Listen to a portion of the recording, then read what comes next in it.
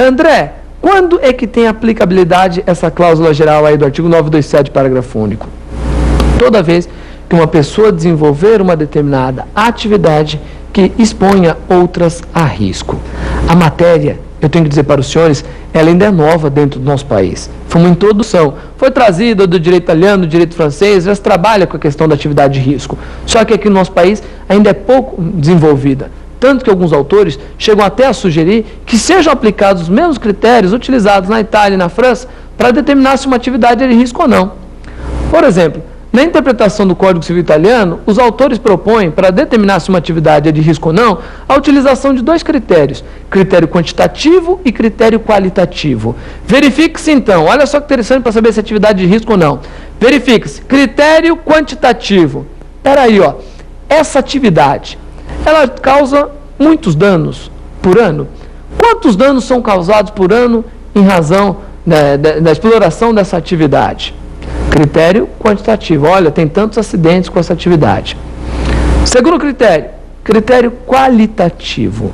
Pelo critério qualitativo, verifica-se. Bom, independentemente da quantidade de danos causados, quando é causado um dano, qual é a proporção desse dano? São poucos prejudicados?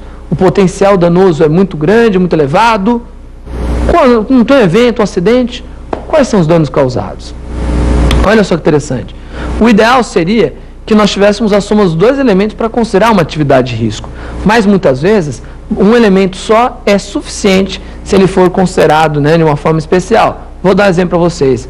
No direito italiano, eles consideram que a atividade nuclear é uma atividade de risco. Não pelo critério quantitativo. Por quê? Porque não existem muitos acidentes nucleares, não só na Itália, mas no mundo inteiro por ano. São raros os acidentes nucleares. Aliás, acidente mesmo nuclear de grandes proporções, o mundo inteiro conhece um, Chernobyl.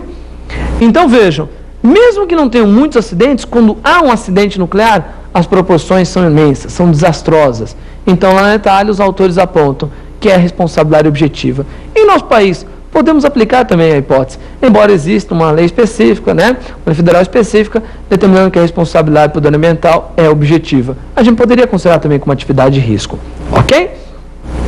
Só que olha só que interessante, uma das maiores dúvidas que surgem a respeito da aplicação do Código Civil 2002, esse artigo 927 específico do Código, é: professor, pode ser qualquer risco que gera responsabilidade objetiva ou tem que ser um risco fora do comum? Cuidado, meus amigos. Se nós formos considerar o risco ordinário, né, o risco comum, o risco do dia a dia, como fonte de responsabilidade objetiva, aí eu até dou razão àqueles autores que apontam que a responsabilidade objetiva é a regra no nosso sistema. Aliás, não precisaria nem mais falar que é a regra. Nós poderíamos falar que a responsabilidade civil objetiva é a única que existe dentro do sistema. Por quê? Eu quero que vocês me digam, vocês aí que estão assistindo, os telespectadores aqui do nosso programa, me digam, que atividade hoje em dia você desenvolve no seu dia a dia que não gera risco? Nem para você, nem para outras pessoas. Não existe essa atividade. Tudo hoje em dia envolve risco. Viver é um risco. Ficar dentro de casa assistindo o programa é um risco. Pode desabar o teto da casa. Ô, professor, né? Não vem gorar aqui não, né? Pelo amor de Deus, né? Mas estamos dando exemplo. Pode queimar a televisão. Você sai na rua, pode sofrer um acidente, pode ser atropelado, pode atropelar alguém. Vir até um curso, assistir uma aula, é risco, pode pegar fogo no prédio. Meus amigos, fritar um ovo, pô, você pode se queimar. Ó, o senhor isola, não é mesmo? Dá uma isolada aí. Vejam, mas é verdade. Hoje em dia tudo envolve risco. Se nós formos considerar então que qualquer risco é responsabilidade objetiva, meu amigo, aí de fato você revolucionou o direito civil. Você é um gênio do direito civil. Pode rasgar todo o restante do código, aliás, pode rasgar toda e qualquer lei, artigo, dispositivo legal que fale sobre responsabilidade civil. Toda atividade de risco é responsabilidade objetiva, ok? Sem dúvida alguma, essa interpretação que a gente considera equivocada e deve ser considerada equivocada por hora em concurso, seja exame de ordem, qualquer concurso público que você estiver prestando. Somente o risco excepcional, o risco extraordinário, o risco fora do comum é que deve ser considerado para efeito de aplicação do artigo 927, parágrafo único do Código. Ok, senhores? Essa é a responsabilidade civil, em síntese, né, que está presente dentro do Código Civil. A responsabilidade civil objetiva. No nosso próximo bloco, pergunte ao professor, responderemos as 5 questões que foram enviadas pelos nossos telespectadores. Vamos lá?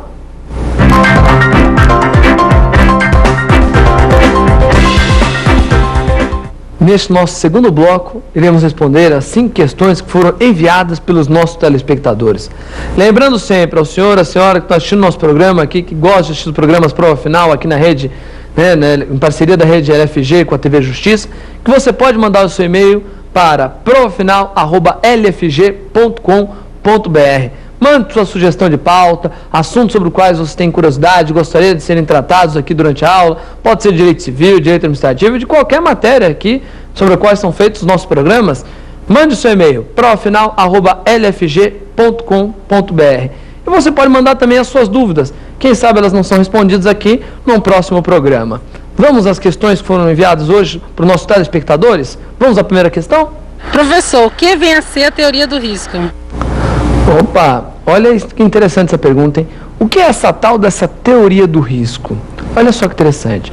Nós falamos aqui no primeiro bloco da nossa aula, tanto sobre a responsabilidade civil subjetiva, como também sobre a responsabilidade civil objetiva.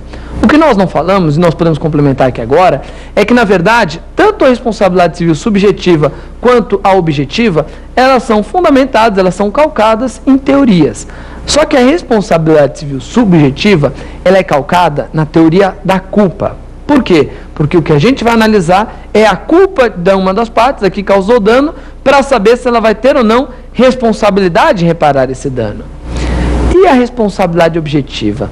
A responsabilidade civil objetiva, não importa em qual diploma ela esteja, de qual parte que nós estamos falando, se é no direito administrativo, se é no direito do consumidor, se é no direito civil, no direito ambiental, ela é sempre calcada na teoria do risco. O problema é, qual teoria do risco, professor? Olha só que interessante. Existem diversas teorias do risco.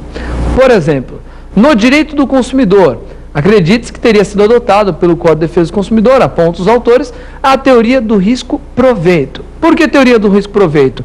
Porque se a pessoa está exercendo uma determinada atividade de consumo ou fornecendo produtos, ou prestando serviços para a massa, envolvendo, portanto, relações de consumo, essa pessoa ela está oferindo um cômodo. Quem ofere um cômodo econômico, deve suportar também um incômodo em razão disso. Essa é a teoria do risco-proveito, ou teoria do risco-benefício.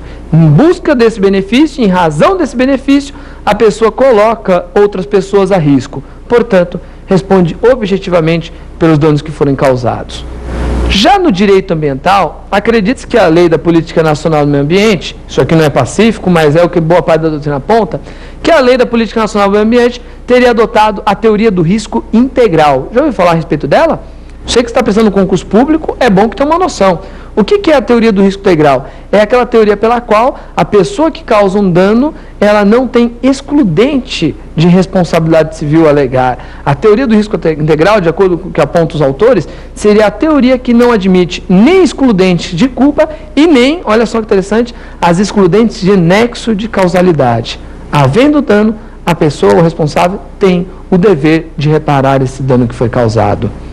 Veja como é muito complicado. Por quê? Porque não admite escapatória. Seja qual for a situação, a pessoa responde pela teoria do risco integral. É bom lembrar que na responsabilidade civil objetiva, como regra, a pessoa, ela pode o quê? Ela pode alegar excludente de responsabilidade, mas são somente aquelas excludentes de nexo de causalidade. Ou seja, eu vou ter que quebrar a relação de causa e efeito que existe entre o fato e o dano. Professor, me dê exemplo de excludentes de nexo de causalidade. Ora, nós podemos falar da culpa ou fato exclusivo da vítima, culpa ou fato exclusivo do autor, caso fortuito, o força maior, a força maior, são excludentes do quê? De nexo de causalidade. Agora vejam, já na responsabilidade civil subjetiva, eu posso alegar tanto as excludentes de nexo, como também as excludentes de culpabilidade. É mais ampla, a possibilidade da pessoa escapar da responsabilidade civil. Já na responsabilidade objetiva, já é mais difícil, só pode alegar excludentes de nexo. E se a responsabilidade objetiva estiver calcada na teoria do risco integral, meu amigo, aí você não escapa de jeito nenhum. Não existe excludente de responsabilidade na teoria do risco integral. Professor, e na responsabilidade civil do Estado? Artigo 37, parágrafo 6 da nossa Constituição Federal, também no artigo 43 do Código Civil. A responsabilidade civil do Estado, ela é objetiva como regra, não é? É. Fundamentada em que teoria? Na teoria do risco administrativo. Então vejam, Cada diploma que você for